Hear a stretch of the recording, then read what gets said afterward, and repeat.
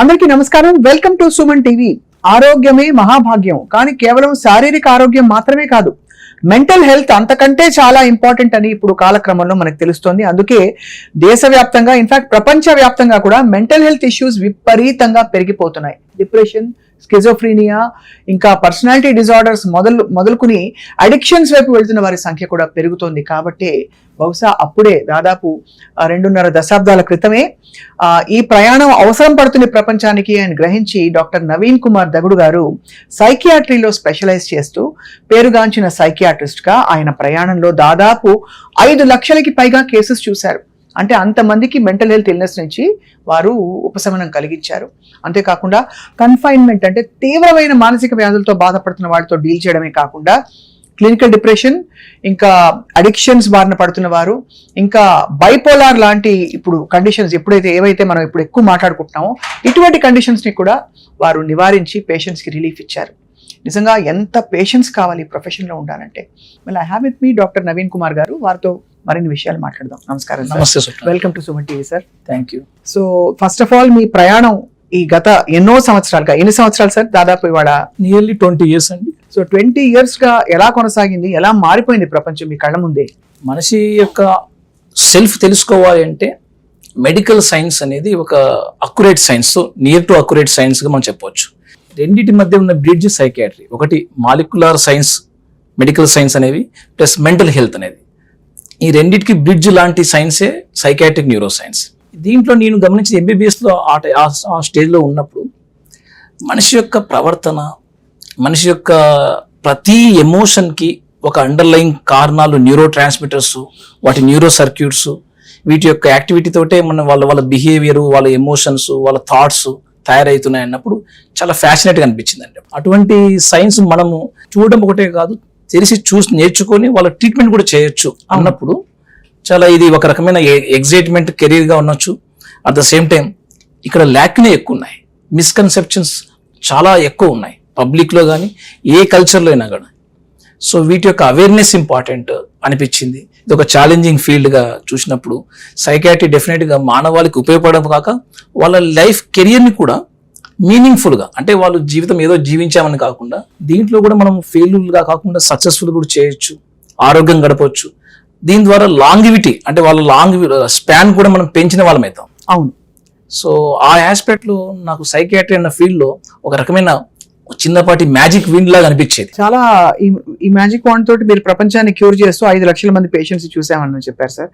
చాలా wide range of illnesses చూస్తుంటారు మీరు. డెఫినెట్గా అండి. అంటే చాలా కామన్ కండిషన్స్ ఏమిటంటే మనకు యాంగ్జైటీ, ఫోబియాస్, అవి సరిగ్గా రికగ్నైజ్ చేయక మజిల్ పెయిన్స్ తోటి ఎక్కువ కాలం వాళ్ళు మెడికల్గా హెల్ప్ తీసుకుంటుంటారు, లేకుంటే స్ట్రగుల్ అవుతూ ఉంటారు. అంటే ఏంటి, మైండ్ లో ఉన్నది బాడీకి వచ్చేస్తుంది? ఎస్ అండి.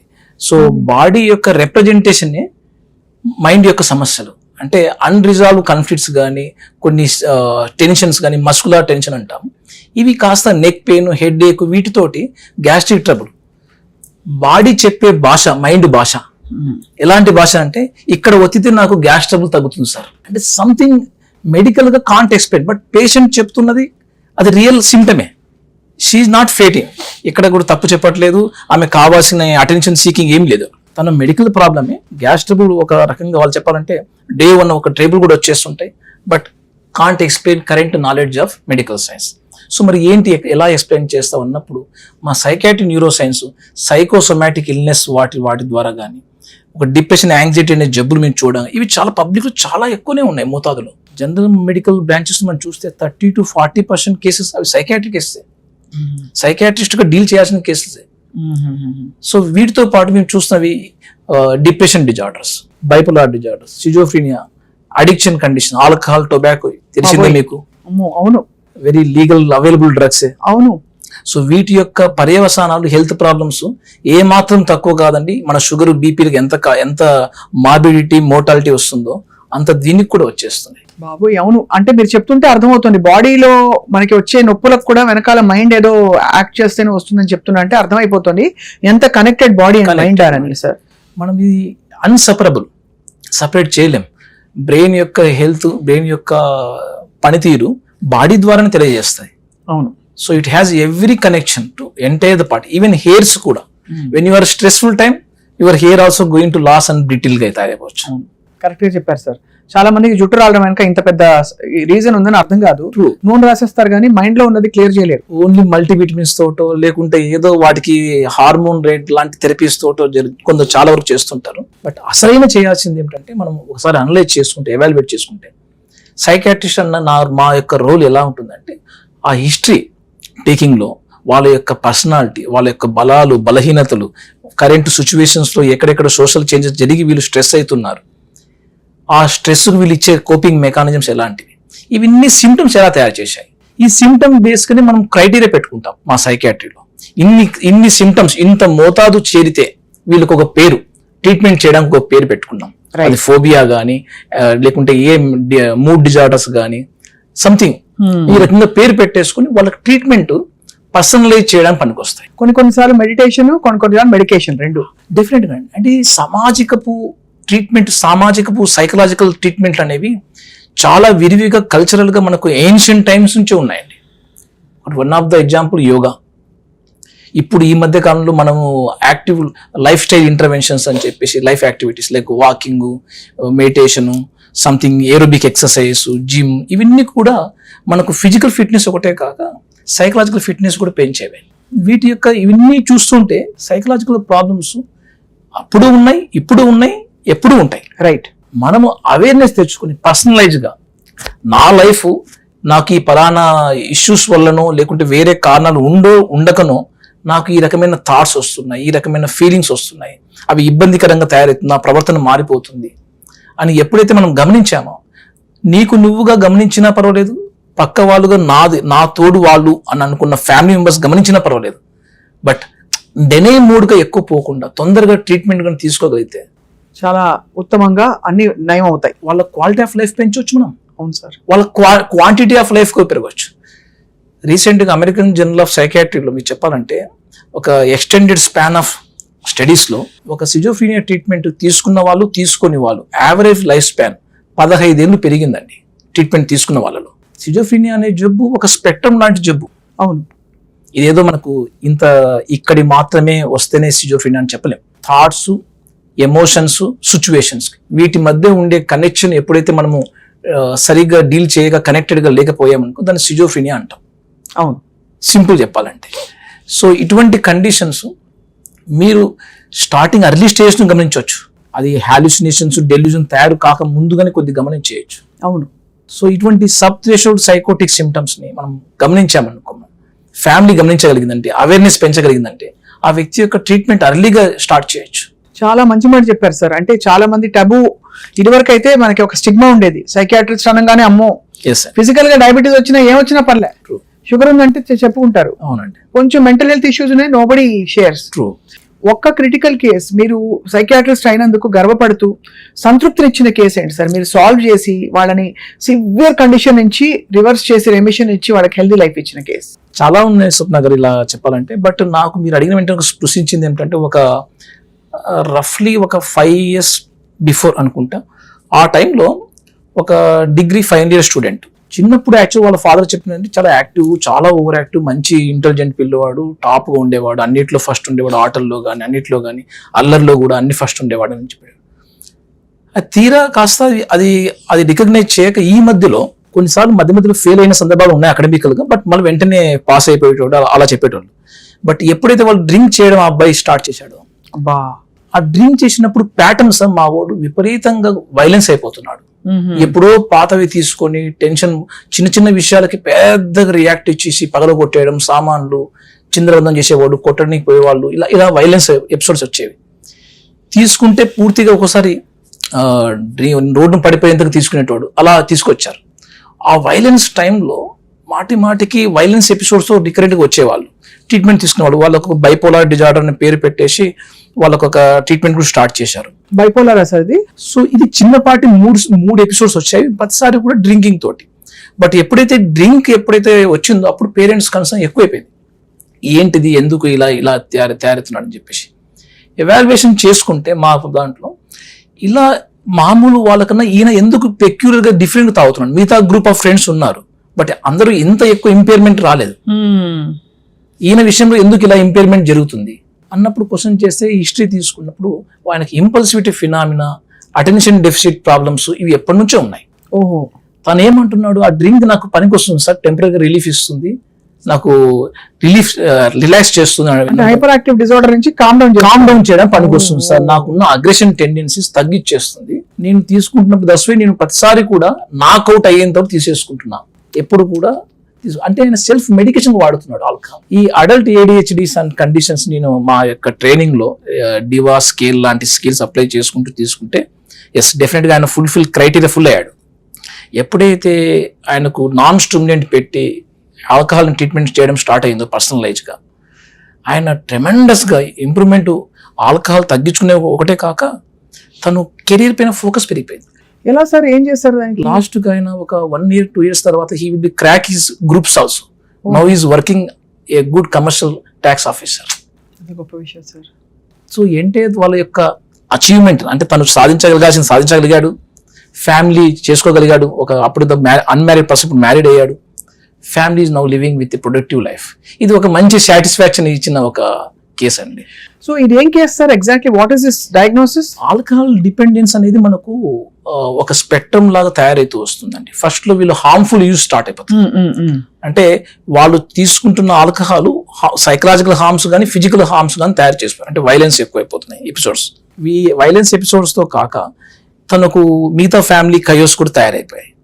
ఈ ఆల్కహాల్ యూజ్ ప్రాబ్లమ్ ని మనం ADHD కండిషన్ కోమార్బిడ్ గా ఉంది. ADHD సప్రెస్ చేయడానికి ఇది ఆల్కహాల్ ని తను ఇప్పుడు ఉన్న ప్రెజెంట్ ఉన్న మెడికల్ షాప్, ఎలాంటి మెడికల్ షాప్ ఉన్నా ఇవి రూల్స్ కావాలి, ఆ మెడిసిన్ కావాలంటే schedule H drugs, doctor prescriptions ఇవన్నీ అడుగుతారు. కాబట్టి తనకు అంతగా అవేర్నెస్ కూడా లేదు బేసికల్ గా.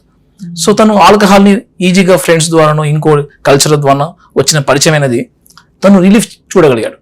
అవి ఎక్కువగా ఓవర్ యూస్ కావడం, బింజ్ ఎపిసోడ్స్ ఎక్కువైపోయాయి. ఈ బింజ్ ఎపిసోడ్స్ తనకు కావాల్సినంత లైఫ్ కయోస్ పెంచేశాయి. బికాస్ దీని వల్ల అంటే మెడనొప్పికి మందేస్తే మోకాలు నొప్పి వచ్చినట్టు. ఎగ్జాక్ట్లీ. ఒక దాన్ని ట్రీట్ చేయడానికి కోప్ అవ్వడానికి పాపం అలాగా ఒక దీనిలోకి వెళ్ళిపోయాడు అతను. ప్రతి ఎగ్జామ్ ముందు స్ట్రెస్ అయ్యే ముందు తను డ్రింక్ తీసుకోవాల్సి వచ్చింది.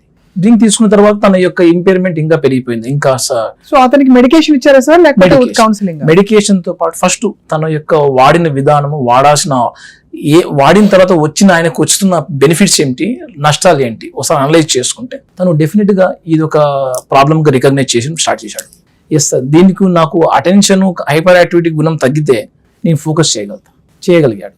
మెడిసిన్స్ పెట్టడంతో పర్సనలైజ్ ట్రీట్మెంట్ ప్లాన్ చేసే తర్వాత చిన్న మోటివేషన్ సెషన్స్ ఆల్కహాల్ కి మనకు పనికొచ్చేలా చేసుకుంటే తను మోటివేషన్ సస్టైన్ అవుతుంది. తన వర్క్ ఇంప్రూవ్మెంట్ చూడగలుగుతున్నాడు. ఎవ్రీ 3 months, ఎవ్రీ 6 months తన లైఫ్ లో వస్తున్న మేజర్ చేంజెస్ తను ఎప్పుడైతే నావి అని భావించడం స్టార్ట్ చేశాడో మంచి రస్తలో తను కంప్లీట్ గా క్విట్టింగ్ దారి ఎంచుకున్నాడు. అల్టిమేట్ గా తను జాబ్ కూడా క్రాక్ చేయాలి.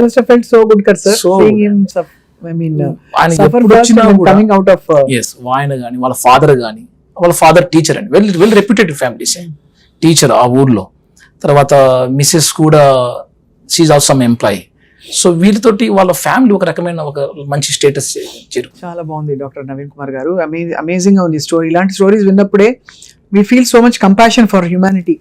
ఎంతమంది సార్ ఎన్ని విషయాలతో స్ట్రగుల్ అవుతూ ఉంటారు, బయటకు చెప్పలేరు.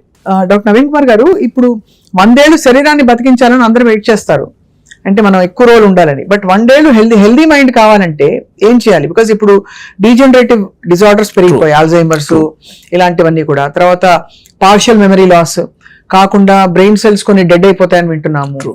ఇలాగా వీటితో పాటు ఇంకా ఏజ్ తో వచ్చే అనేక పర్సనాలిటీ ఇష్యూస్, ఇవన్నిటినీ మనం కంట్రోల్ చేయాలి, లేకపోతే మోడరేట్ చేయాలంటే what is the best prescription 100 ఏళ్ళకి? మంచి సైకలాజికల్ హెల్త్ కావాలంటే ఫస్ట్ అది ఎలా సాధ్యం? మంచి సైకలాజికల్ హెల్త్ మెయింటైన్ చేయాలంటే ఫస్ట్ మనము లివింగ్ ఎన్విరాన్మెంట్ లో మన థాట్స్ ని, మన ఫీలింగ్స్ ని షేర్ చేసుకునే ఒక తత్వం మనలో డెవలప్ చేసుకోవాలి. సమస్యలు వచ్చినప్పుడు, ఏదన్నా ప్రాబ్లం వచ్చినప్పుడు ఆ షేర్ చేసుకునే విధానం, పర్స్పెక్టివ్ థింకింగ్ పెరిగి మనకు సొల్యూషన్ కూడా దొరికేస్తాయి. యాక్టివ్ లైఫ్ వాళ్ళు లీడ్ చేయాలి అన్నప్పుడు రిస్క్ తగ్గించుకోవడం బెటర్. లైక్ ఆల్కహాల్, ఇలాంటి టొబాకో, ఇలాంటి డ్రగ్స్. సమస్యలు వచ్చినప్పుడు టొబాకో ఎక్కువగా తీసుకొని, కెఫీన్ లాంటి డ్రగ్స్ ఎక్కువగా తీసుకోవడం, ఇవి తగ్గించుకోగలిగితే మాత్రం బాడీ పైన స్ట్రెయిన్ తగ్గొచ్చు. ఓకే, నిత్యం ఎంతో కొంత వ్యాయామం, ఎంతో కొంత ఫిజికల్ మూమెంట్స్ డిమాండ్ చేస్తుంది మన బాడీ. సో ఆ డిమాండ్ మేరకు ఎప్పటి వరకు మనం ఎంత మోడరేట్ మనం చేయగలిగితే అంత బెటర్గా హెల్త్గా ఉండవచ్చు. Connectedness very important, social connectedness. Right. ఎందుకంటే ఇప్పుడు అర్బనైజేషన్, గ్లోబలైజేషన్ ఈ ఎరాలో మనం అందరం న్యూక్లియర్ ఫ్యామిలీతో ఉన్నాం. ఈ న్యూక్లియర్ ఫ్యామిలీస్ తో మనకు షేరింగ్ ఆపర్చునిటీ, మన చైల్డ్ ని రేరింగ్ ఆపర్చునిటీస్ కూడా మనకు లెస్సర్ అవైలబుల్ అయిపోతున్నాయి. సో ఇటువంటి టైంలో మనకు సోషల్ కనెక్టెడ్స్, మీరు ఏదైనా పేరు పెట్టుకోండి, ఏదైనా రీజనా, ఫ్లాట్ విత్ ఇన్ అపార్ట్మెంట్ కల్చరా, లేకుంటే సంథింగ్ మన స్ట్రీట్, మన caste, community, region, religion, but community networks are very much important. వీటి వల్ల హెల్తీ కనెక్షన్స్ వల్ల మనకు ఇన్ నీడ్ ఆఫ్ టైంలో మన వాళ్ళు ఉన్నారు, అది కూడా సైకలాజికల్ ఎక్కడో మనకు ఒక స్ట్రెంగ్త్ సపోర్ట్ చేస్తుంది. సపోర్ట్ సిస్టమ్స్ ఉండాలి, ఒక అవేర్నెస్ ఉండాలి. అండ్ మెడికల్ నాలెడ్జ్ పరంగా కూడా మనం ఎంత కాదన్నా కూడా మనం ఇప్పుడు దాకా ఒక 40 years ముందు మనిషి యొక్క లైఫ్ స్పాన్ 45 to 46 years ఉండేదండి. ఇప్పుడు ఈ 2025లో average life span we're raising up to 72. అవును. మనకు ఫుడ్ ఏమన్నా పొల్యూషన్ తగ్గిందండి అప్పటికన్నా? ఎయిర్లో క్వాలిటీ పొల్యూషన్ తగ్గిందండి అప్పటికన్నా? పెరిగింది ఏంటి? ఎందుకు పెరిగింది? మన age span because of we're medical knowledge availability పెరిగింది. అవును. వ్యాక్సినేషన్ ఇచ్చుకుంటున్నాం, చిన్నపాటి సమస్యలు మనం చూడగలుగుతున్నాం, వెళ్ళగలుగుతున్నాం, కమ్యూనిటీ డాక్టర్స్ యూజ్ చేసుకుంటున్నాం. అంతే. So that's a very important. So awareness, మనం మెడికల్ నాలెడ్జ్ యొక్క అవేర్నెస్, మెడికల్ సైన్స్ యొక్క అవేర్నెస్ పెరగడం ఇంపార్టెంట్. సార్, ఇప్పుడు ఒక హెల్దీ మైండ్ సెట్ కి అన్హెల్దీ మైండ్ సెట్ కి ఏమిటి తేడా?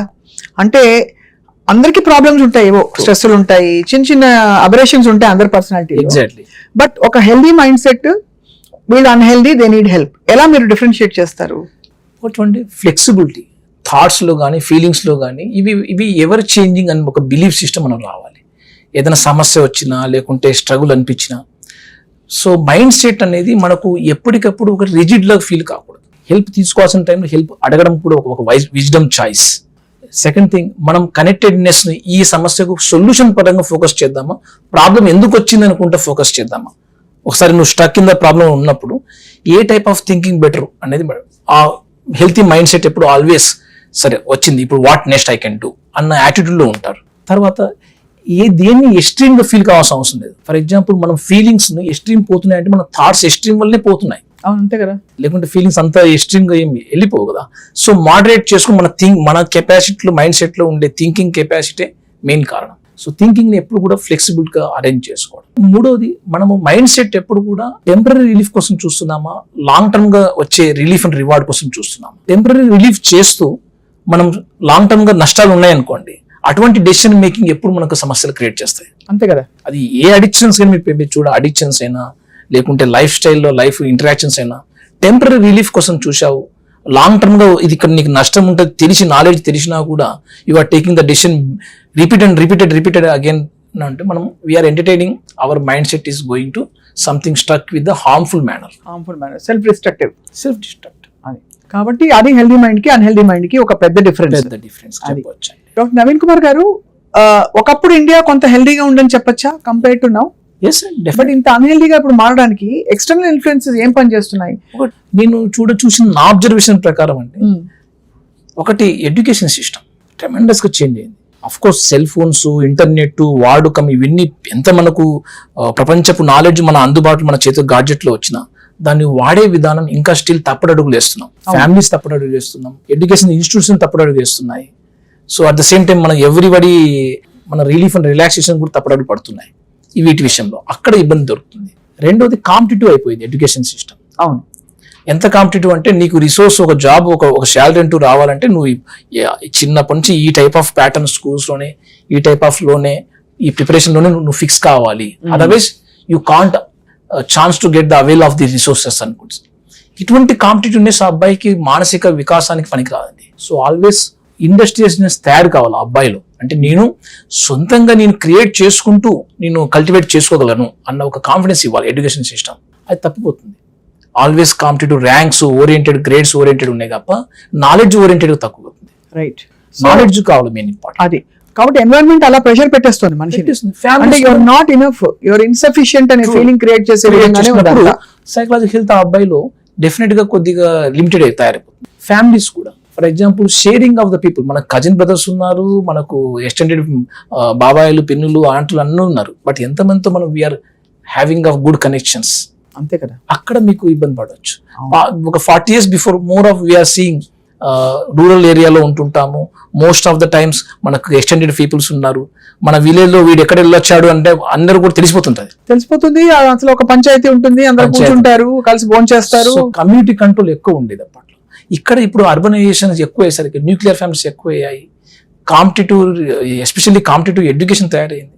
ఇవన్నీ కాస్త backward for hour the psychological health అండి. అది చాలా బాగా చెప్పారు సార్. ఐ థింక్ వీటన్నిటితో పాటు ఎక్స్టర్నల్ ఇన్ఫ్లుయెన్సెస్ తో మనం ఉన్న స్థితి నుంచి అక్కడికి వెళ్ళాలని మైండ్ ప్రోగ్రామ్ అయిపోయి అక్కడికి వెళ్ళడానికి ఉన్న స్ట్రగుల్ లో ఆల్మోస్ట్ వీడియో గేమ్ ఎలా ఆడుతున్నాం, జీవితంతో కూడా అలా ఆడుకుంటున్నాం. కరెక్ట్. అంటే ఒక అన్యాచురల్ సెట్టింగ్ లోకి వెళ్ళిపోతున్నారు చాలా మంది. Wanting more. సో గ్రీడీనెస్ అంటే ఎంతవరకు మనకు తృప్తి అంటే, for example even for that not only money, even for that matter of the any resources there is no limit. మనకు ఒక లిమిట్ అంటూ పెట్టుకోవాలి. అప్పుడే సైకలాజికల్ హెల్త్ ఫస్ట్ దారి. మనం అంటే సార్ ఇది ఒక రకంగా రిట్రోగేట్ ఫర్ ద డెవలప్మెంట్ కదా అనుకోవచ్చు. డెవలప్మెంట్ ని తర్వాత మన సైకలాజికల్ హెల్త్ ని చాలా దగ్గరి లింక్ ఉన్నాయండి. Correct. Development definitely one of the good sign for the psychological good health. Psychological health ఉంటేనే ఆ కంట్రీ బాగా డెఫినెట్ గా యంగ్ గా తర్వాత ఇన్నోవేటివ్ నేషన్ గా డెవలప్ కావచ్చు. బట్ ఈ గ్రీడీ థింగ్ పర్సనల్ లెవెల్లో మనం సాటిస్ఫై చేసుకోవాలి. సో తల్లిదండ్రులుగా చెప్పగలగాలి. దెర్ ఇస్ మల్టీ టాస్కింగ్ చేయొచ్చు, but how long, how greedy, is it require, is it hurting your psychological health. నువ్వు వర్క్ చేస్తూ బంట్అవుట్ అయిపోతున్నావు, take rest, limit your self. So ఈ రకమైన కమ్యూనికేషన్ ఇంపార్టెంట్. చాలా మంచి మాటలు చెప్పారు సార్. మీరు ఇవన్నీ మిస్ అవుతున్నాం మనం కూడా, even as adult sir. We all miss good things in life కదా. మంచి ఫ్రెండ్స్, మంచి టైం తీసుకుని అందరినీ కలవడం, అది లేకుండా పరుగులు తీస్తున్నాం. సాయంత్రం వరకు పరుగులు తీయడం, అలసిపోవడం, ఇంకా ఇవాళ అయిపోయింది, నెక్స్ట్ రేపు మళ్ళీ పరుగులు పరిగెత్తడం. డాక్టర్ నవీన్ కుమార్ గారు, మీరు మీ మైండ్ సెట్ ని ఇప్పుడు ఇంతమంది పేషెంట్ 5 లక్షల మంది చూస్తుంటే ఎక్కడో అక్కడ వాళ్ళ ప్రాబ్లమ్స్ మిమ్మల్ని మనకు కూడా డిస్టర్బ్ చేస్తాయి. ఎలా అయితే ఒక డాక్టర్ వైరస్ ఒక ఐసీయూలోనో లేకపోతే ఒక కమ్యూనికబుల్ డిసీజెస్ వార్డులో పనిచేస్తే వైరస్ వాళ్ళకి అంటుకుంటుంది కదా, అలాగే ఈ మెంటల్ హెల్త్ ఇష్యూస్ అన్ని చూసి మీ మైండ్ కూడా అప్పుడప్పుడు మీరు మేబీ ఫీలింగ్ డల్, అయ్యో ఇలా అయిపోతున్నారు అందరూ అని. So how do you keep your self balance sir? Me body, me mind, me routine ని హెల్దీగా ఎలా పెట్టుకుంటారు మీరు? ఎస్ స్వప్న గారు, డెఫినెట్ గా కొన్నిసార్లు ఓవర్ బర్డెన్ అయ్యాము అన్న ఫీలింగ్ వచ్చినప్పుడు కొద్దిగా బ్రేక్స్ తీసుకుంటాం important. For example quality of time with the kids అనో ఫ్యామిలీనో మనం కొద్దిగా స్పెండ్ చేయగలిగితే సంథింగ్ మనకు అది స్ట్రెస్ బస్టర్ పనికి వస్తుంది. వాళ్ళతో కలిసి క్రికెట్ ఆడడము, చెస్ ఆడడం, సంథింగ్ క్యారమ్స్ ఆడుకోవడం, ఇలాంటివి చేసినప్పుడు అంటే మనకు సెన్స్ ఆఫ్ ఫీలింగ్ సాటిస్ఫాక్షన్ అనిపించాలి. తర్వాత వర్క్ ఎప్పుడు కూడా వచ్చే పర్సన్ యొక్క స్టోరీని ఎంపతిగా అండర్స్టాండ్ చేసుకోవడం అనేది అలవాటైనప్పుడు ఇది ఒక సాఫ్ట్ స్కిల్ మా సైకియాట్రీలో చెప్పాలంటే. అంటే ర్యాపోర్ట్ అంటే తన యొక్క ఇన్ఫర్మేషన్ ని నేను అండర్స్టాండ్ చేసుకున్నా అన్న ఒక భరోసా ఇవ్వాలి. ఆ భరోసా ఇచ్చే ప్రాసెస్ లో మనం కొన్ని సాఫ్ట్ స్కిల్స్ వాడుతూ ఉంటాం. అది మా ప్రొఫెషనల్ సైకియాట్రీ ట్రైనింగ్ లో పార్టే అండి ఇది. సో మనం be prepare for the other person sufferings మనం వినడానికి రెడీగా ఉంటాం. అట్ ద సేమ్ టైం వాళ్ళ పర్సన్ ఎందుకు తయారయ్యాయి అన్న ఇన్వెస్టిగేటివ్ కోణంలో ఉంటుంది మన మైండ్ సెట్. అంతే. So will be not be touch with the our inner psychological self. In case working hours వల్ల మనకు స్ట్రెయిన్ అవ్వచ్చు, లేకుంటే ప్రొలాంగ్డ్ టైమ్స్ కొద్దిగా వర్క్ పేషెంట్ లోడ్ ఎక్కువైనప్పుడు అటువంటి టైంలో కొంచెం స్ట్రెయిన్ అవ్వచ్చు, ఫిజికల్ గా స్ట్రెయిన్ అవ్వచ్చు. సైకలాజికల్ గా most of the times we are not strain much. అది. సో సైకలాజికల్ యూ కీప్, మీరు ఏమైనా చేస్తారా? ధ్యానము లేకపోతే దేవుడికి దండం పెట్టుకోవడం అలాంటివన్నీ ఉంటాయి sir? There is an number of way of our alternative complementary therapies. అంతే కదా. ప్రేయింగ్ అనుకో, వాకింగ్ అనుకోండి, ఫిజికల్ ఎక్సర్సైజ్ అనుకోండి, ఇవన్నీ కూడా మనకు ఎప్పటికప్పుడు కొద్దిగా బూస్టర్ లా చేస్తుంటాయి, స్ట్రెస్ బస్టర్ లా పనిచేస్తుంటాయి. నా విషయానికి వస్తే మార్నింగ్ వాకింగ్ కానీ నైట్ వాకింగ్ కానీ I will feel prefer much more relax after the time. అంటే ఒక రకంగా పడుకోవడానికి ముందు ఒక హాఫ్ అన్ అవర్ టైం నాకంటూ కేటాయించుకుంటే ఆ టైంలో కొద్దిగా వాకింగ్ చేస్తూ, so the how it will be feel for my self, is it really serving my inner heart or not. So ఎప్పుడైనా ప్రతి ఒక్కరు కూడా జెన్యున్ గా మన ఫీలింగ్స్ రికగ్నైజ్ చేస్తే మాత్రం మనం హానెస్టీ దాని రెస్పాన్స్ ఇవ్వడం అలవాటు చేసుకుంటే everybody will be in the right track అనిపించవచ్చు. చాలా మంచి మాట చెప్పారు సార్. ఇది కూడా ఐ థింక్ చాలా మంది నా ఫ్రెండ్స్ ఈ కౌన్సిలింగ్ లో సైకాలజీలో ఉన్న వాళ్ళు చేసే ఏం లేకపోతే నెయిల్ పాలిష్ చేసుకుంటూ కాసేపు కూర్చో, ఫోకస్ ఆన్ యువర్ సెల్ఫ్. ఏం లేకపోతే జస్ట్ డూ డీప్ బ్రీదింగ్, ఏదో ఒకటి చేయి, బట్ అన్ని కట్ ఆఫ్ చేసేసి ఒక ఫోకస్డ్ యాక్టివిటీ ఒకటి పెట్టుకుంటే కూడా మైండ్ రిలాక్స్ అవుతుంది అని చెప్తుంటారు సార్. సో అది డాక్టర్ నవీన్ కుమార్ గారు, ఒక అన్ని రకాల అడిక్షన్స్ ఇప్పుడు చూసాం. మన ఆల్కహాల్, సిగరెట్, ఇంకోటో, కొంతమందికి రిలేషన్షిప్ అడిక్షన్స్ ఉంటాయి. True. ఇప్పుడు లేటెస్ట్ గా అందరినీ పట్టి పీడిస్తూ across continents and across ages ఇదిగో ఈ addiction, cell phone, cell phone addiction, mobile. So దీని గురించి మీరేమంటారు సార్? అంటే ఇది ఎంత బ్యాడ్ అడిక్షన్ అని మీరు అనుకుంటున్నారు, అండ్ దీనివల్ల వచ్చే పరిణామాలు ఎలా చూస్తున్నారు మీరు in children, especially young adults? ఇది మనము ఈ 15 years స్పాన్ లో చూసిన పెను మార్పు, చేంజ్ ఏదన్నా ఉంది, ప్రతి ఒక్కరి చేతిలో సెల్ ఫోన్ వచ్చేయడం. అవును, ఇది మన ఫ్యామిలీస్ లో మన బెడ్రూమ్ దాకా వచ్చేసింది. బెడ్ పక్కనే, మన హెడ్ పక్కనే పెట్టుకోవాలంతగా వచ్చేసాయి. సో వీటిని మనము చెప్పినట్టు కొందరు దాన్ని మేనేజ్ చేయడం తడబడుతుండొచ్చు. ఇక్కడ అప్పుడు పర్యవసానాలు వస్తున్నాయి. ఎస్పెషల్లీ పిల్లలు, వల్నరబుల్ ఏజ్ అంటాం దీన్ని. ఆ టైంలో వీళ్ళకు వాళ్ళు ఇన్ఫర్మేషన్ ఒకటే కాకుండా రియల్ వరల్డ్ ఇచ్చే ఒక ఫన్ యాక్టివిటీ, అంటే గేమింగ్స్ కానీ, ఫ్రెండ్షిప్ రిలేషన్షిప్ వాట్సాప్ లో లేకుంటే ఫేస్బుక్ లో ఉండే ఫాలోవర్స్ తో కంపేర్ చేస్తున్నారా? వేరే వాళ్ళు చెప్పే నీ ఐడియా, నీ యొక్క ఫ్రెండ్షిప్ నేచర్ ని అడ్మైర్ చేయడానికి ఇది ప్రిఫరెన్స్ కాక, సెల్ ఫోన్ లో వచ్చే డిస్లైక్స్ తోటి నువ్వు వ్యాలిడేట్ చేసుకుంటున్నామా? ఇవి ఎప్పుడైతే చేసాం పారా వరల్డ్ క్రియేట్ చేసుకుంటున్నట్టే మెల్లగా. దీనికి ప్రయారిటీ మెల్లమెల్లగా రియల్ లైఫ్ యాక్టివిటీస్ తో కాంపిటేటివ్గా వెళ్ళిపోయింది, ఇంకా ఎక్కువ వెళ్ళిపోయింది అన్నప్పుడు మనం ఎక్కువ ఇన్వాల్వ్మెంట్ అయిపోతున్నాం. అంటే మోర్ దాన్ 2 hours ప్రయార్ కన్నా ఎక్కువగా మనం సెల్ ఫోన్ చూస్తున్నాం పర్ డేలో అంటే ఎస్, ఇదేదో కొద్దిగా మన ట్రెండ్, మన లైఫ్లో సిగ్నిఫికెన్స్. అంటే నాన్ వర్క్ రిలేటెడ్ యాక్టివిటీస్ ఎక్కువ చేస్తున్నాం సెల్ ఫోన్లో 2 hours కన్నా ఎక్కువగా అన్నప్పుడు ఇది ఒక పారామీటర్ అండి. ఇది ఎక్సెసివ్ యూజ్ అయిపోతుంది అని చెప్పేసి పిల్లల్లో ఇది ఒక రకంగా డెవలప్మెంట్లో ఎంతగా ఇన్ఫ్లుయెన్స్ చేస్తుందంటే ఎమోషనల్ రెగ్యులేషన్ విషయంలో వెరీ ఆపర్చునిటీ తగ్గిపోయాయి. తను బయట ఎన్విరాన్మెంట్ పిల్లలు ఆడడం తగ్గిపోయేసరికల్లా ఎమోషనల్ రెగ్యులేషన్ స్కిల్స్ బాగా దెబ్బతీస్తున్నాయండి. దీనివల్ల ఇంకొకటి ఏంటంటే ఒక ఆర్టిస్టిక్ థింకింగ్ లో, అంటే వేరే వాళ్ళ యొక్క ఫీలింగ్స్, సాఫ్ట్ స్కిల్స్ ఎలా ఉంటాయి, మనం ఇలా రియాక్షన్ ఇస్తే, మనం ఈ చెప్తూ ఉంటే ఆటోమేటిక్ మన బ్రెయిన్ ప్రాసెసింగ్ లో ఆటోమేటిక్ తెలిసి వస్తుంటది. స్వప్న గారు నేను చెప్పే కంటెంట్ ను యాక్టివ్ గా లిజన్ చేస్తున్నారా లేదా అనేది మనకు ఆటోమేటిక్ ప్రాసెస్ తెలుస్తుంటది కదా. ఇవి గుర్తించడంలో తగ్గిపోతాయి పిల్లలు. అవును, కరెక్ట్. వీటి వల్ల ఎంపతి లెస్ కనిపిస్తున్నారు పిల్లలు. బ్లంట్ ఆన్సర్ ఇస్తున్నాడు సార్ మా పిల్లవాడు చెప్తుంటే, అసలు ఎమోషన్ చూపించట్లేదు. నో, బ్రెయిన్ అనే ఒక సెన్సిటివ్ పార్ట్స్ ఏరియాస్ లో ఏసీసీ కార్టెక్స్ అని ఉంటుంది, యాంటీరియర్ సింగులేట్ కార్టెక్స్, ఇన్సులా అనే కొన్ని ఏరియాస్ ఉన్నాయి. ఈ ఏరియాస్ ఫీలింగ్స్ ని అండర్స్టాండబుల్ వేగా ప్రాసెస్ చేయాల్సిన ఏరియాస్ సరిగ్గా డెవలప్ కావట్లేదు. అవును, ఎందుకు? తను మిగతా పిల్లలతో కలిసి ఆడుకోవడము, ఒక టీం తయారు చేసుకోవడం, ప్లాన్ చేయడము, ఎడ్యుకేట్ చేయడము, సక్సెస్ పొందడము, లాస్ అయినప్పుడు నేర్చుకోవడము, ఈ సెట్ బ్యాక్స్ ని ఎమోషనల్ రెగ్యులేట్ చేస్తాయండి. అంటే లైఫ్ స్కిల్స్ అసలు రావట్లే, ఇక్కడ రావట్లే. ఈ సెల్ ఫోన్ నీకు అలా రాదు కదా. ఓన్లీ నువ్వు వాడేది eyes, brain, but not with the connection of the body. ఈ ఇంటగ్రేషన్ తగ్గినప్పుడు దాని యొక్క రిపర్కషన్స్, సో అక్కడ నుంచి they grow up to be dysregulated, emotionally dysregulate అయిపోతారు పిల్లలు.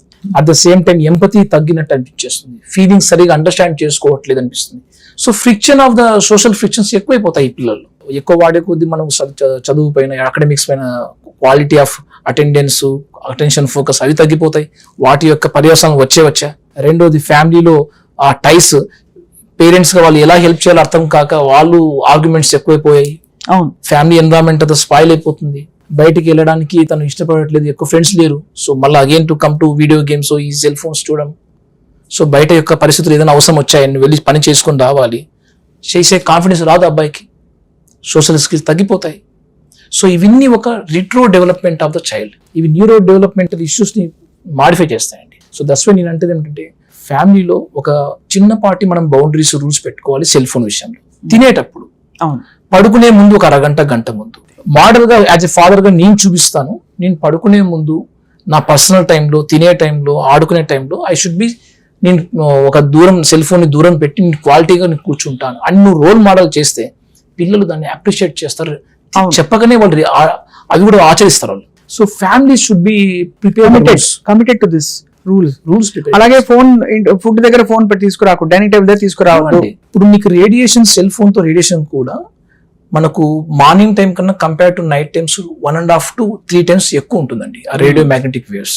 సో సైంటిఫికల్ గా చూసినా కూడా రేడియేషన్ ఎక్కువగా అఫెక్ట్ అయ్యే పార్ట్ మన బాడీలో ఏదైనా ఉందంటే బ్రెయినే. 6 feet away from your head పెట్టుకోవడం important. And that to childs, adolescents. మీకు మనకు 20-25 ఇయర్స్ వరకు బ్రెయిన్ డెవలప్మెంట్ పూర్తి కాదు, ఇంకా అంతే కదా. అది డెవలప్మెంట్ అవుతూ ఉంటుంది. నీకు గ్రే మ్యాటర్ బాగా థిక్గా రావాలి అంటేనే మైలినేషన్ బాగా జరగాలి. అది జరగాలంటే ఈ రేడియేషన్ వచ్చేసి దాని యొక్క మైలిన్ షీత్ ఫార్మేషన్లు దెబ్బ తినేస్తున్నాయి. సో అయితే మరి ఇవన్నీ మనం రెగ్యులేట్ చేయగలిగితే, Yes అండి. ఇవన్నీ డిసిప్లిన్డ్ గా దాని మంచి విషయాలు మాత్రమే తీసుకుని దాన్ని ఒక టూల్ గా వాడుకుంటూ టూల్గా వాడు. డిపెండెన్సీ అడిక్షన్ తగ్గించగలిగితే అప్పుడు బ్రెయిన్స్ ఇంకా హెల్తీగా వికసిస్తాయి. మన దగ్గర డాక్టర్గా సైకాట్రిస్ట్ మా దగ్గరకు వచ్చేసరికి పిల్లలు అంటే చాలా సమస్యలు విపరీతంగా అయినప్పుడు now this is the time to take the help అని అప్పుడు అనిపిస్తుంది. ఎలాంటి సమస్యలతో వస్తారు సార్? జస్ట్ మొన్న రీసెంట్ గా ఒక 16 years బాయ్, హీస్ ఫ్రమ్ మన సదర్న్ పార్ట్ ఆఫ్ తెలంగాణ ఉండి, వాళ్ళ parents are both are teachers. So న్యాచురల్గా టీచింగ్ టైమ్స్లో వాళ్ళకు సెల్ ఫోన్స్ ఇచ్చేసి వెళ్ళిపోయేటోళ్ళు. సో డైలీ అలవాటు అయిపోయిన సెల్ ఫోన్, వీడియో గేమ్స్ ఈ అబ్బాయి ఎక్సెసివ్ ఆడడం, చెప్పారు, కొట్టారు, తిట్టారు, అన్ని రకాల ప్రయత్నాలు చేశారు, సక్సెస్ కావట్లేదు. ఒకనొక టైంలో వీళ్ళు వదిలేశారు కల్లా ఇంకా స్ట్రిక్ట్గా, ఇంకాస్త స్ట్రిక్ట్గా చేద్దామని చెప్పేసి కంప్లీట్గా నీ సెల్ ఫోన్ బంద్ అని చెప్పేసి తీసి పెట్టేశారు. ఆ అబ్బాయి అవుట్ ఆఫ్ ఫ్రస్ట్రేషన్లో, అంటే ఎంత ఎంపథెటిక్గా రియాక్ట్ అవుతున్నారు చూడండి. అంటే నేను అందరినీ ఇంత ట్రమటైజ్ చేసి చూపట్లేదు, he is hitting with the bat. So this type of violence behaviour పేరెంట్స్లో లేదు, వాళ్ళ ఫ్యామిలీలో ఎప్పుడు కూడా నోట్ అయింది లేదు. ఎందుకు ఇంత వైలెన్స్కు తయారవుతున్న పిల్లవాళ్ళు అంటే, తనకు సోర్స్ ఆఫ్ ప్లెజర్ ఇచ్చే వాటిని నువ్వు అర్థాంతరంగా ప్రాపర్గా ప్రాసెస్ చేయకుండా మనం ఎలిమినేట్ చేస్తున్నప్పుడు వాళ్ళు ఇచ్చే రియాక్షన్ ఇంత వైలెన్స్గా ఉంటుంది. అంటే ఇది విత్డ్రాల్ ఇంత సివియర్ అయిపోతున్నాయి. మనం అనుకున్నాం ఇన్ని రోజులు ఆల్కహాల్ విత్డ్రాల్, టొబాకో విత్డ్రాల్స్ అని అనుకుంటాం కదండి, షేకింగ్ వచ్చేస్తాయి, వాళ్ళు నర్వ్స్ వీక్నెస్ అనిపిస్తాయి. ఎలానో వీళ్ళలో 3 ప్రాబ్లమ్స్ వస్తాయి. ఆల్మోస్ట్ ఆల్ చాలా గట్టిగా వీళ్ళు ఎమోషనల్ గా వనరబుల్ అయిపోతారు. సో అటువంటి స్థితిలో తీసుకొచ్చినప్పుడు ఫ్యామిలీ ఆల్మోస్ట్ ఆల్ డిస్హార్టెండ్. వాళ్ళ ఫాదర్ మళ్ళీ ఈ అబ్బాయిని అటాక్ చేయడం. సో ఈ రకంగా విపరీతమైన కయోస్ తోటి వచ్చినప్పుడు చాలా విషయాలు ఇప్పుడు కూలంకషంగా డిస్కషన్ చేస్తూ డిటాక్స్ లాంటి మెథడ్స్ ఈ అబ్బాయికి మెల్లమెల్లగా కాన్సెప్ట్స్ ఇస్తూ రీహాబిలిటేషన్ సెంటర్స్ కూడా పంపించాల్సినంత అవసరం పడింది. బాబోయ్, అసలు అప్పుడు ఇంకా వాడికి ఈ డి అడిక్షన్ ఎలా సార్? బాడీలో ఉంటే మనకి ఆల్కహాల్ ఉంటే అదేదో మంది ఇచ్చి తీసేస్తారు విత్డ్రాల్ సిమ్టమ్స్. అవునండి. వీటి విత్డ్రాల్ సిమ్టమ్స్ ఎలా తీస్తారు అసలు? అండ్ సైకలాజికల్ గా ఆ అబ్బాయిని ఆల్మోస్ట్ ఆల్ ఒక రకంగా ఎప్పుడంటే ఎమోషనల్ గా బ్యాలెన్స్ చేయడం కోసం ఇచ్చి మనము మూడ్ స్టెబిలైజర్స్ పెట్టుకుంటూ వీటిని కంట్రోల్ చేసుకుంటూ మనం అబ్బాయిని కాన్సెప్ట్స్ ఆఫ్ హెల్తీ యూజ్ అనే కాన్సెప్ట్స్ రాదర్ దెన్ కంప్లీట్లీ ఏదో abstinent from the cell phone use అంటే కంప్లీట్ గా ప్రొహిబిటెడ్ అలా కాన్సెప్ట్ వర్కౌట్ కావు. కాబట్టి హెల్తీ యూజ్ అనే కాన్సెప్ట్ మనం ఇంట్రొడ్యూస్ చేసి ఆబ్జెక్ట్ ఐడెంటిఫికేషన్ ప్రోటోకాల్ మార్చాలి. ఇది నాకు ప్లెజర్ గివింగ్ అంటే ఇది నా టూల్ ఇది అని మార్చాలి. ఎగ్జాక్ట్లీ. ఇది హెల్తీ టూల్ నుంచి how to use that tool. For example మన దగ్గర సుత్తు సంథింగ్ ఒక చాకో ఒక ఉందనుకోండి, how to use for what to use అన్న మెథడ్స్ మనకు కన్సిక్వెన్స్ ఇస్తాయి. ఎప్పుడైతే దానికి తెలియదో రాంగ్ మెథడ్ యూజ్ చేసామనుకో కన్సిక్వెన్స్ రాంగ్ వచ్చేస్తాయి. అంతే కదా సార్. సో ఈ టైప్ ఆఫ్ హెల్తీ ఓపికతో ఈ అబ్బాయితో పాటు మనం ట్రావెల్ చేయగలిగి ఆ అబ్బాయిని మేనేజ్ చేయగలిగితే వాళ్ళ ఫ్యామిలీ కొద్దిగా అండర్స్టాండబుల్ వేగా డెవలప్ కావచ్చు. చాలా అద్భుతంగా చెప్పారు doctor Naveen Kumar garu. I think we had a very అంటే స్టిమ్యులేటింగ్ కాన్వర్సేషన్. ఇప్పుడు మెంటల్ హెల్త్ ఇష్యూస్ ఎలా పెరుగుతున్నాయని రాబోయే రోజుల్లో మిమ్మల్ని మేము ఎప్పటికప్పుడు సంప్రదిస్తాం. We want to consult you for symptoms and signs and treatments for mental health issues. తప్పకుండా మా సుమన్ టీవీ వ్యూవర్స్ కి ఐ థింక్ ఇవాళే చాలా క్లూస్ దొరుకుంటాయి. వీ హోప్ దట్ మీరు బెనిఫిట్ అయి ఉంటారు ఇవాటి కాన్వర్సేషన్ తో. ముందు will continue talking on various things. Okay, for your valuable time, thank you so much. Thank you Suman TV.